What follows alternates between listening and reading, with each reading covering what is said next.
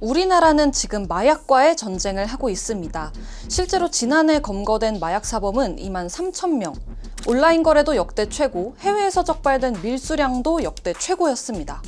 정부가 제대로 잡고 있네 라는 생각이 들긴 합니다만 통계 하나를 보면 이 분위기가 완전히 바뀝니다.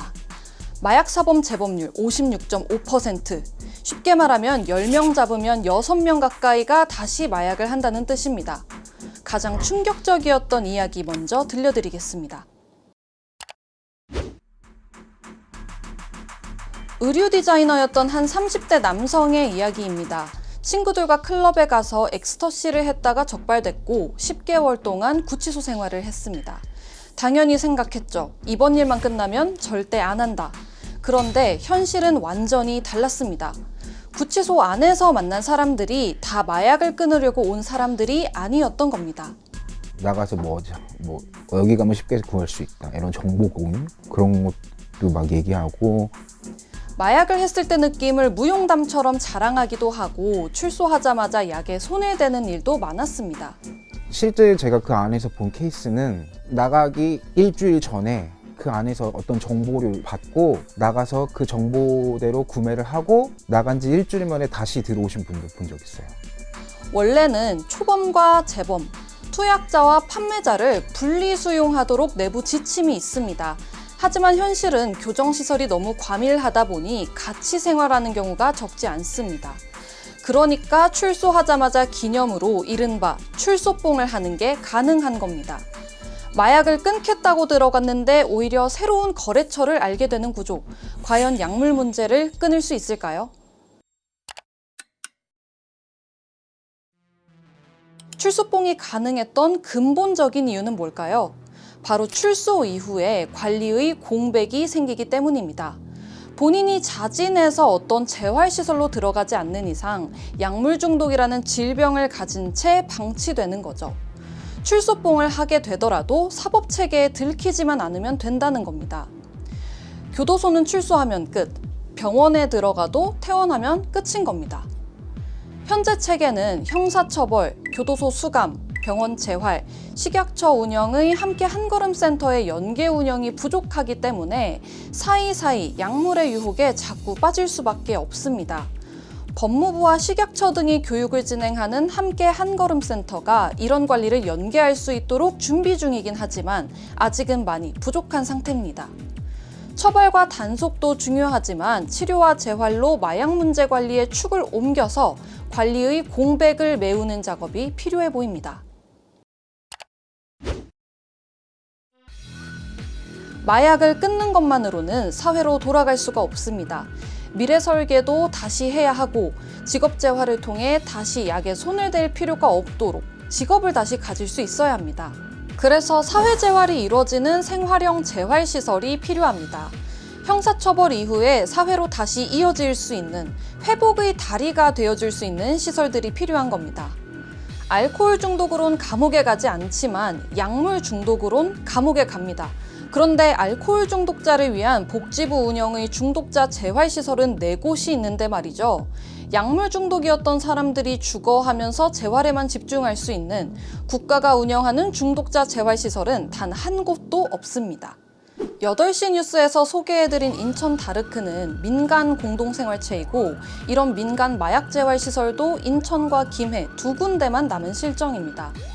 교육환경법에 따라 중독자 재활시설은 학교 200m 이내에 설치할 수 없는 탓에 지역사회에 시설을 추가로 짓기도 쉽지 않습니다.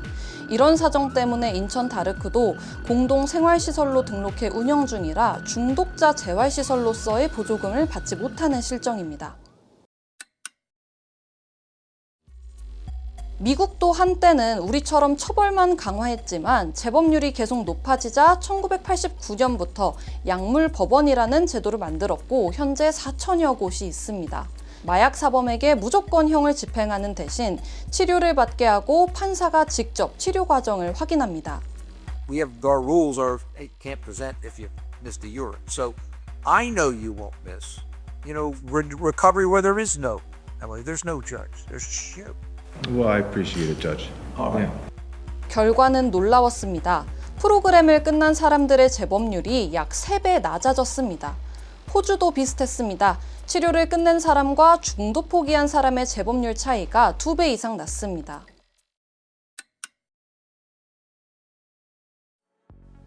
서울 은평병원에는 새로운 시설이 생겼습니다. 치료와 재활을 연계하는 마약관리센터입니다. 여기서 일하는 회복 지원가 한 분은 과거 필로폰과 대마초 중독자였는데 인천 다르크에서 3년 6개월 동안 재활을 거쳐 다른 중독자들의 손을 잡아주는 사람이 됐습니다. 회복을 하면서는 이제 좀 건강한 새로운 관계들로 채워나갔던 것 같습니다. 중독에 반응하는 관계인 것 같습니다.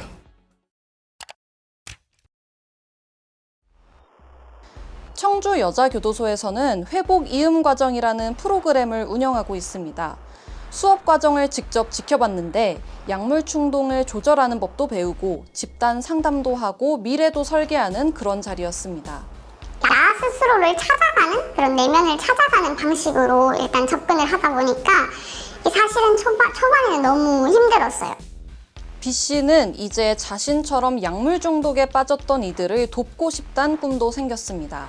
사실은 약물 문제의 끝은 교도소, 정신병원 혹은 죽음이에요. 저는 살아야겠다고 생각을 했거든요. 저는 죽고 싶지 않았어요. 또 회복 이음 과정에 참여하는 수용자들은 회복 이음 거실에서 따로 지냅니다. 함께 생활하면서 서로 의지하고 응원도 해주는 거죠. 회복 이음 과정의 효과는 분명했습니다. 프로그램을 마친 사람들은 물질 의존도가 27% 감소했고 단약 의지는 38% 높아졌습니다. 반대로 일반 수용자의 경우 물질 의존도는 되려 높아졌고 단약 의지도 낮아졌습니다. 교도소에서 그냥 있는 거예요. 아무것도 안 하고. 무슨 자극이 있어서 나 회복해야 되겠어. 나 이 중독에서 벗어나겠어 라고 할 수가 없죠. 문제는 이 프로그램을 들을 수 있는 사람이 너무 적다는 겁니다. 올해 전국 목표 인원이 230명, 지난해 교도소에 수용된 마약 투약 사범의 8%에 불과합니다.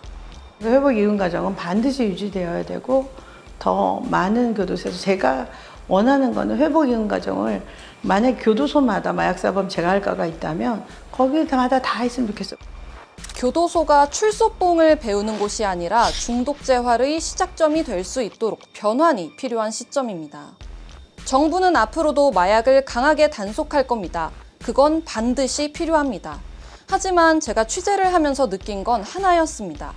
마약과의 싸움은 검거에서 끝나는 게 아니라 회복까지 이어질 때 비로소 끝난다는 겁니다. 우리나라도 이제는 몇 명을 잡았는가 보다 몇 명이 다시 평범한 삶으로 돌아왔는가 이 질문을 함께 해야 할 시점이 아닐까요?